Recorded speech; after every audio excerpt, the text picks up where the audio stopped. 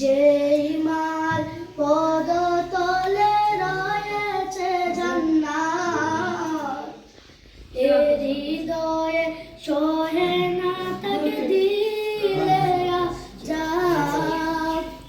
যেই মার পদতলে রয়েছে জান্নাত, এ হৃদয়ে সহে না তাকে দিলে আযাব।